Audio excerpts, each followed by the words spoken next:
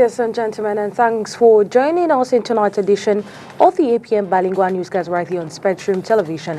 Making news tonight, newly appointed members of the Constitutional Council have taken their oath in today's parliamentary session, chaired by the President of the National Assembly, Honorable Kavai Yege Jibril.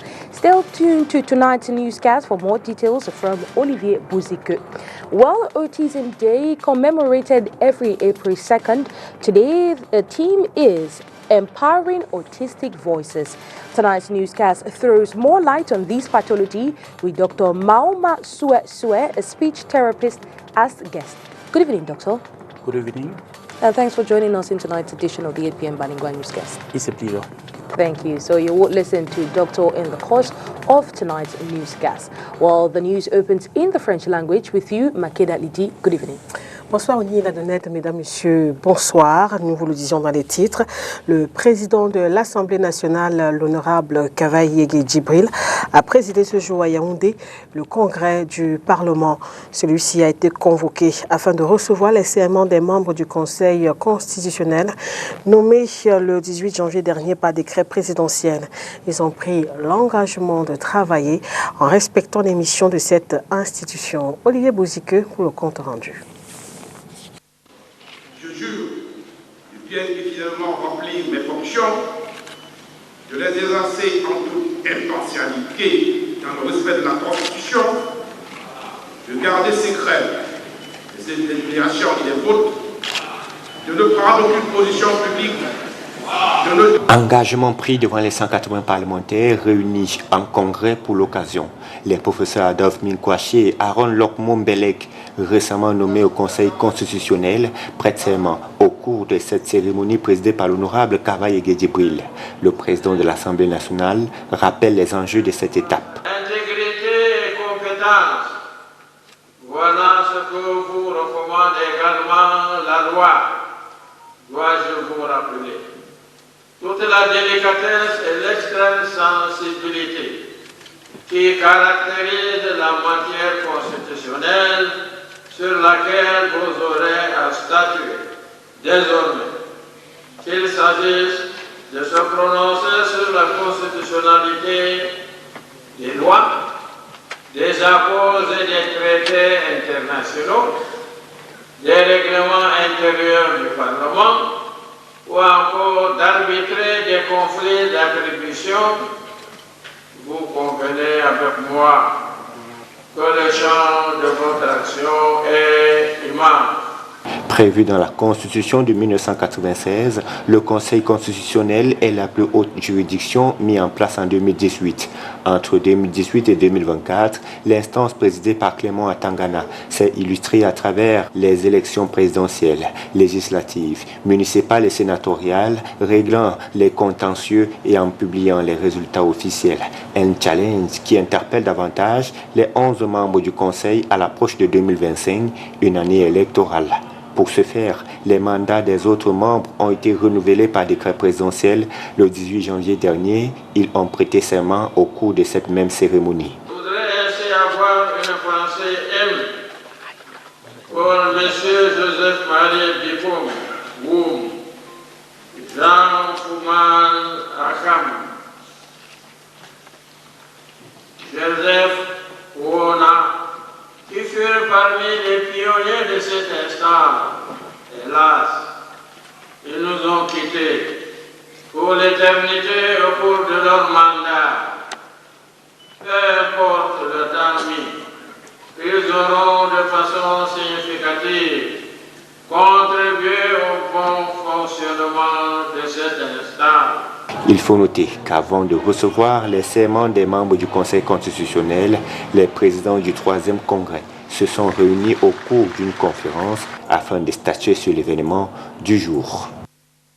Comment les élus de la nation justement ont accueilli le serment des membres du Conseil constitutionnel? Quelques-uns se sont confiés au micro de Olivier Bouzike et les Thierry On à Yaoundé. Ce que nous pouvons remarquer au sortir de ce 3e congrès, c'est la capacité de la majorité des membres du Conseil constitutionnel à prononcer même aisément le message de leur serment. démontrant ainsi qu'ils souffrent déjà du poids de l'âge. Se faire une petite idée sur eux, mais surtout espérer qu'il y a une crédibilité qui viendra après, parce que n'oubliez pas que ce sont des gens qui prennent des décisions extrêmement importantes pour l'avenir de ce pays. Donc on espère que la crédibilité est là, que c'est des gens à qui on peut faire confiance et que des choses pourront donc changer. Autre chose par rapport au conseil, moi j'ai envie de dire, j'aurais aimé qu'il y ait peut-être 2 ou 3 femmes, malheureusement il n'y a qu'une seule, c'est vraiment dommage.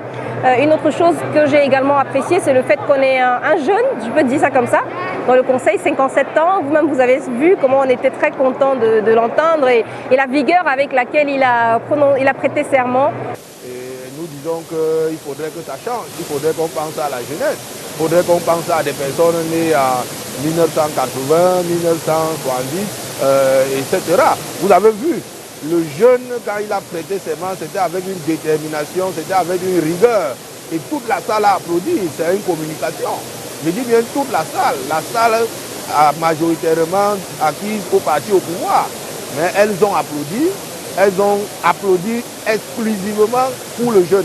Et il y a une diversité de formations et les choses sont remises à l'État puisque aujourd'hui les membres du conseil ont prêté serment.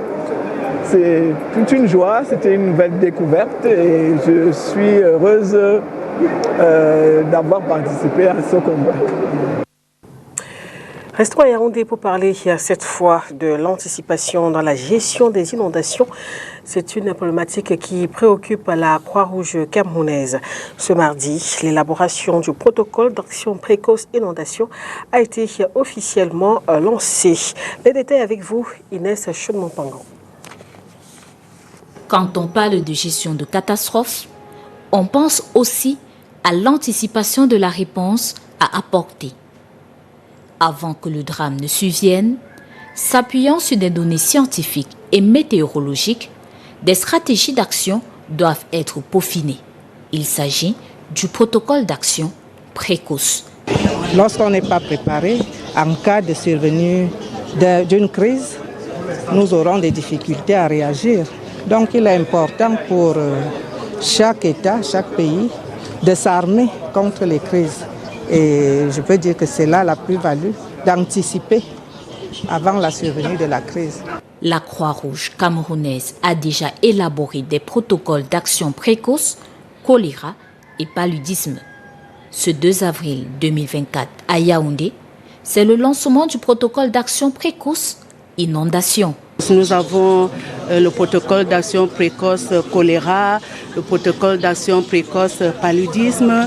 Et pour l'activité qui nous réunit ce jour, c'était le lancement de l'élaboration du protocole d'action précoce inondation. Vraiment pour ceci, pour que les populations victimes des inondations retrouvent leur dignité. Sa mise en œuvre va intégrer une étape de préparation avec des séances de formation des communautés et des personnels. Management concerns the Cameroon Red Cross. Well, there has been a launch of the development of the Flood Early Action Protocol today in Cameroon's political capital, Yaoundé. This will involve stakeholders from different sectors. Let's take a listen to Ades Tripati, head of the delegation of the International Federation of Red Cross and Red Crescent Societies in Central Africa. The Cameroon Red Cross and Cameroonian government, especially the Department of Civil Protection, with the support of Italian government, the Italian Agency for Development Cooperation, through International Federation of Red Cross and Red Crescent IFRC, we are supporting to take the anticipatory action in flood response. Before flood is taking place, the Red Cross getting ready for response. So that is its project about. So we know because of the climate change, the flood pattern is changing and it is frequently happening in Cameroon. So we need to help the community to be better prepared, and for this, using meteorological data, using scientific data and evidence and local knowledge and wisdom, so the local community will be prepared. They will be better trained for. Also, National Red Cross, Cameroon Red Cross will be better ready, and staff and volunteers better trained, then the community are aware of and they take action. So that's the project about. So we need to, it is the, in a way, it's the initial stage. We need to do more. It is not enough, dealing with the climate change is the big things. But together, many agencies together, if we work together and make the Cameroon safer, resilient from flood, disaster is very important. So this project is all about it. Toujours dans l'actualité, ce 2 avril, le monde marque un temps d'arrêt pour sensibiliser la population sur l'autisme. Qu'est-ce que l'autisme? Quelles sont les causes et le traitement? Élément de réponse dans ce reportage que signe Orient Donké.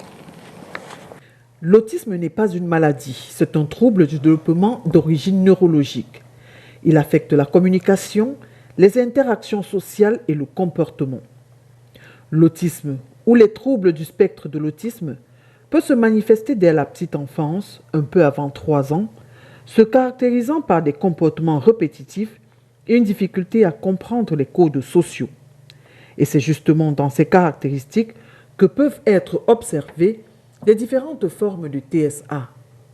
Celles-ci incluent l'autisme infantile, le syndrome d'Asperger, le syndrome de Rett, le trouble désintégratif de l'enfance, l'autisme atypique, les troubles envahissants du développement. Les causes de l'autisme sont encore mal connues. Toutefois, des recherches ont montré qu'il peut y avoir une prédisposition génétique à l'autisme, mais que des facteurs environnementaux tels que l'exposition à des médicaments pendant la grossesse peuvent également jouer un rôle. Le diagnostic de l'autisme se base sur une évaluation comportementale, une observation des interactions sociales, de la communication verbale et non verbale et autres comportements répétitifs. Il doit être fait par un professionnel de la santé spécialisé dans les troubles du développement. L'autisme n'étant pas une maladie, il n'a pas de traitement curatif. Des thérapies éducatives peuvent aider à améliorer les symptômes et la qualité de vie quotidienne des personnes atteintes. Des traitements médicamenteux peuvent être proposés en fonction des cas pour soulager certains symptômes. Le 2 avril est Journée mondiale de sensibilisation à l'autisme. L'objectif de cette journée est de sensibiliser le grand public, rappeler l'importance d'un diagnostic précoce et surtout démystifier ce trouble. Et pour parler davantage de ce trouble, comme vous le dites, Orient Donké, nous recevons ce soir le docteur Mahoma Souré. Il est orthophoniste. Ce 2 avril est une journée mondiale de sensibilisation sur l'autisme. Et l'un des professionnels de santé à consulter, c'est l'orthophoniste. Bonsoir docteur et merci d'avoir accepté notre invitation. Bonsoir, tout le plaisir est pour moi d'être là pour pouvoir apporter ma modeste contribution à l'édifice. Donc voilà. Alors, une des caractéristiques de l'autisme, c'est le trouble du langage. Sachant que ce dernier est une pathologie bien spécifique, comment faire le distinguo? Alors, je voudrais d'abord féliciter le reportage que j'ai eu à voir d'Oriane, que je connais très bien. Elle a fait vraiment des investigations et tout est dit dedans. Normalement, la première des choses qui alerte généralement les parents quand ils viennent nous voir, ou bien quand ils s'inquiètent, c'est un problème de langage. C'est-à-dire que vous allez avoir un enfant qui, dans la première année, sa première année de vie, va avoir des petits mots qu'il prononce. Et subitement, vers 18 mois, c'est-à-dire un an, 6 mois, on commence à constater une régression du dit langage. Ce qui fait que le parent commence à s'inquiéter. Et quand il vient, qu'est-ce qu'il faut faire? Il faut d'abord faire comprendre aux parents que l'autisme est un handicap qui est assez sérieux et que le langage n'est que la face visible de l'iceberg en réalité. Il y a des causes qui sont sous-jacentes et qui sont beaucoup plus importantes que le simple langage qui n'arrive pas. Et une des choses que nous devons faire, c'est d'amener le parent à comprendre qu'il faut d'abord chercher les moyens de communication avec son enfant, sans forcément s'attarder d'abord sur le langage. Parce que, à vouloir que l'enfant parle, il peut se trouver que l'enfant n'a pas les possibilités de pouvoir parler, mais cet enfant qui vit dans un environnement, dans une famille, dans un milieu, doit pouvoir échanger avec l'environnement dans lequel il vit. Il faut chercher les palliatifs, c'est-à-dire que les moyens de communication pour amener l'enfant à pouvoir exprimer d'une manière ou d'une autre ses besoins afin maintenant que ces besoins soient compris pour soulager d'abord l'enfant lui-même. Parce que comme elle l'a bien dit dans le reportage, c'est un trouble hétérogène qui peut se manifester par des comportements d'agressivité, de crise permanente, parce que l'enfant n'arrive pas à se faire comprendre. Donc il faut d'abord essayer de comprendre l'enfant pour que cet enfant puisse communiquer avec son environnement. Et à partir du moment où l'enfant commence à se faire comprendre dans sa communication, on va installer à ce moment-là maintenant les bases du langage si jamais c'est possible. Ce qu'il faut préciser, c'est que ce n'est pas tous les enfants autistes qui vont parler. Il y a des enfants qui vont parler, il y a des enfants qui ne parleront pas. Voilà, il y a des enfants qui vont développer un langage minimum, c'est-à-dire que quand on tient compte de leur âge, ils seront très en deçà des compétences de langage attendues pour l'âge qu'ils ont. Donc voilà des facteurs. Et quand les parents arrivent chez nous, nécessairement, il faut d'abord passer par cette phase conseil et qu'ils comprennent que ce qu'ils recherchent, c'est quelque chose qui peut être vraiment difficile, mais qu'il faille commencer quelque part pour ouvrir la porte afin que ce langage puisse se mettre en place. Alors, vous êtes spécialiste de la voix, justement, docteur. Comment faire émerger la communication chez une personne autiste? Alors, déjà, il faut voir si la voix est capable de sortir chez cette personne. Si elle n'est pas muette, s'il y a des sons qui sortent. Et à partir des sons qui sortent, maintenant, on va commencer à les exploiter pour produire, par exemple, ce qu'on appelle des onomatopées, qui sont des bruits de l'environnement, et voir si l'enfant a des compétences ou bien des capacités de pouvoir imiter. Nous allons faire des imitations vocales, verbales, et voir maintenant si l'enfant est capable de répéter. Donc c'est parti de ces simples imitations que progressivement nous allons voir, c'est-à-dire que sur le jargon que l'enfant produit, pour transformer chaque jargon, c'est-à-dire que non-mot prononcé en mot, pour que l'enfant commence à comprendre qu'il est capable de prononcer les mots. Mais toujours est-il qu'il ne faut pas simplement prononcer les mots, il faut également que ces mots aient une fonction. C'est-à-dire que le langage est quelque chose de fonctionnel. Nous, nous parlons ici, maintenant, nous nous comprenons. Mais si je dis quelque chose que vous ne comprenez pas et vous, de façon inverse, nous ne sommes pas dans un échange verbal. Voilà, donc il faut que ce qu'on dit soit représenté par quelque chose qu'on puisse voir, ce qui va nous permettre de pouvoir rester dans un contexte de communication. Donc à partir de ce moment, on commence à initier l'enfant à la production des mots, à l'écoute de ce qu'il dit, pour qu'il ait un retour sonore. Et c'est à partir du moment où il a un retour sonore et que ce qu'il dit est quelque chose qui est vérifiable, l'enfant va se mettre donc progressivement dans un chemin de langage. Et on ne va pas travailler qu'avec l'enfant parce que l'enfant vient d'un environnement. Il faut bien travailler également avec la famille pour l'entraîner, pour pouvoir répéter à la maison, pour créer ce qu'on appelle du renforcement, pour permettre à cet enfant justement de pouvoir développer les compétences de langage. Alors, deux dernières questions, docteur. Première question. Un des objectifs de cette journée mondiale est le dépistage précoce. Celui-ci peut-il changer la donne? Si oui, comment? Oui, puisque je félicite encore le reportage d'Oriane, on a dit que l'autisme, c'est un trouble neurodéveloppemental. C'est-à-dire que si vous commencez de façon précoce à suivre un enfant, il y a des comportements que vous allez nécessairement réduire. Imaginez-vous, je prends un exemple simple pour la compréhension de vos téléspectateurs. Alors, si vous avez un enfant que vous envoyez à l'école à l'âge de 6 ans et que vous prenez un autre que vous envoyez à l'école à l'âge de 3 ans, vous comprenez bien que celui qui va à l'école à l'âge de 3 ans va acquérir certaines compétences qu'il ne faudra pas attendre 6 ans pour qu'il puisse acquérir. Vous voyez, donc c'est la même chose là, le suivi dans l'autisme. C'est-à-dire que si vous prenez un enfant précocement, c'est-à-dire qu'à partir du moment où il est diagnostiqué, parce que la notion de diagnostic aussi est importante, ce n'est pas parce que l'enfant présente un certain nombre de comportements qu'on va dire que tout de go l'enfant est autiste. Non, il faut diagnostiquer, il faut voir les professionnels pour ça. Et à partir du moment où un diagnostic est établi, on commence justement à stimuler, voilà le terme qui convient, stimuler l'enfant de façon précoce afin que naissent certaines compétences qui vont réduire des troubles de comportement qui sont manifestés chez lui et donc le mettre sur le droit chemin. Alors, l'autisme peut-il être détecté chez un adulte? Oui, bien entendu. Bien entendu, aujourd'hui, la tendance en Europe, dans les pays occidentaux, de plus en plus de personnes vont elles-mêmes dépister parce qu'à partir du moment où elles voient la symptomatologie qui est décrite, et elles se disent, je suis passé par là et il faut qu'on consulte pour être sûr que, est-ce que ces difficultés qu'on décrit, est-ce que je n'ai pas vécu quelque chose de pareil? Il faut que je confirme si effectivement ou pas, je ne suis pas passé par la case autistique et beaucoup se retrouvent à être des personnes qui ont été autistes.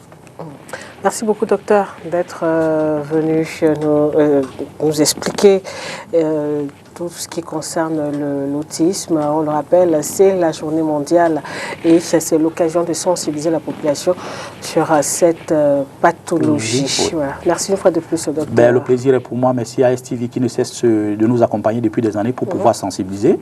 La tâche est grande et quand des médias comme les vôtres prennent sur eux de pouvoir accompagner, c'est juste un plaisir parce que du fin fond du Cameroun, par notre voix, nous ne pourrons pas, mais ce que vous faites est un travail vraiment appréciable et louable et je prie juste que la chaîne continue d'exister pour pouvoir toucher au plus loin les populations qui sont concernées par cette pathologie et qui ne savent pas à quel sens se vouer.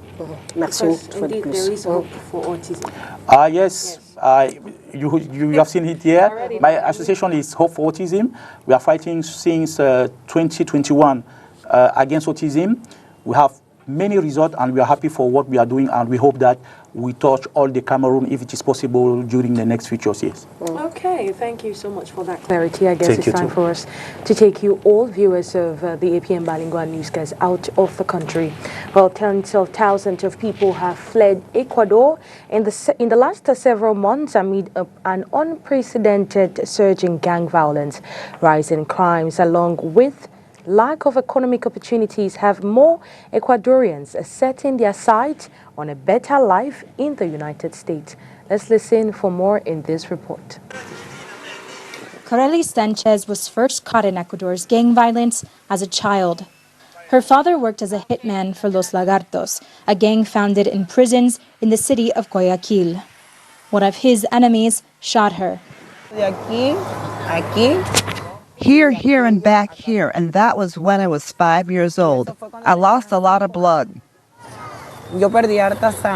Her father's role in the gang later destroyed her family entirely. Corely's brother was recruited into rival gang Los Choneros, who are linked to Mexico's Sinaloa drug cartel. 2 years ago, when her brother was just 17, the Choneros ordered him to murder his own father. My brother's gang said that they'd kill him if he didn't kill my father himself. But they ended up killing my brother too, his own gang. Sanchez left Ecuador with her best friend, who closed the store she owned because she couldn't afford extortion payments the gangs demanded. They'll soon cross into Panama and head for the United States. They hope to escape discrimination and threats they faced as transgender women. Both are from Guayaquil, where gangs fight for control of drug trafficking routes through the city's ports. Ecuador's murder rate has tripled in the last 2 years. Coming from a country which not so long ago was one of the most peaceful countries in the Americas, this has meant a huge trauma for Ecuadorians who totally did not expect this. Now, many are leaving. Authorities in Panama counted more than 57,000 Ecuadorians crossing from here in Colombia in 2023. A 95% increase from the year before. This family of 9 left Ecuador because they struggled to earn money there. They are indigenous Shuar from a remote rural area near the Amazon rainforest. Juan Wamaba fries fish here on the beach, just like they did back home. In Ecuador, he says he made about $110 per week cutting wood. They also sold produce, but it was hard to make a living. Our products didn't sell well in the city. Ecuador's economy has recovered slowly since the pandemic.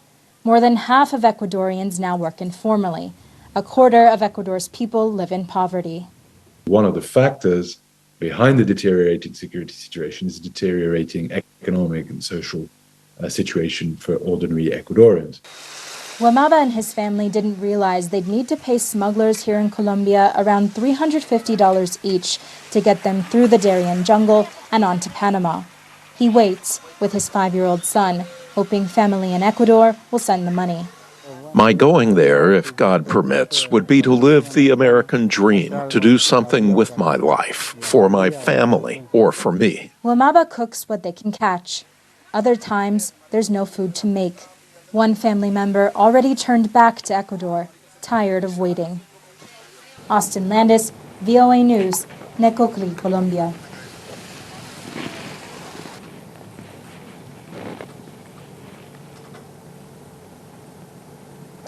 Toujours à l'international, cette fois sur le plan africain, au Sénégal, Diomaye Faye prête serment. En Mauritanie, débat sur la réforme des partis politiques. Et au Mali, des partis politiques demandent justement la tenue des élections. Le résumé de l'actualité africaine de ce 2 avril, c'est avec la Voix de l'Amérique. Au Sénégal, le président Bassirou Diomaye Faye a prêté serment mardi après une ascension éclair, devenant le 5e président du pays depuis l'indépendance en 1960. Plusieurs chefs d'État ont pris part à cette prestation de serment dans la ville de Diamniadio, près de Dakar. En Égypte, le président Abdel Fattah al-Sisi a prêté serment mardi devant le Parlement pour son 3e mandat à la tête du plus peuplé des pays arabes. Au pouvoir depuis une décennie, M. Sisi devrait rester à son poste jusqu'en 2030. Au Gabon, 7 mois après le coup d'État militaire, le général Brice Oligui Nguema lance mardi un dialogue national inclusif d'1 mois censé préparer des élections en 2025. Des voix s'élèvent toutefois pour fustiger un dialogue qui pavera une voie royale au général vers la présidentielle. L'ancien président sud-africain Jacob Zuma a déposé mardi un recours contre une décision prise la semaine dernière par les autorités électorales lui interdisant de se présenter aux élections générales de mai. La commission électorale n'avait pas de raison valable de violer les droits politiques du président Zuma, lit-on dans les documents judiciaires déposés par le parti, selon l'AFP.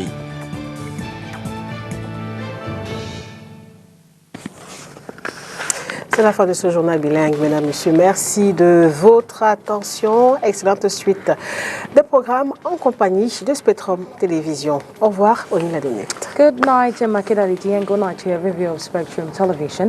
See you tomorrow, same time, same station, if God willing.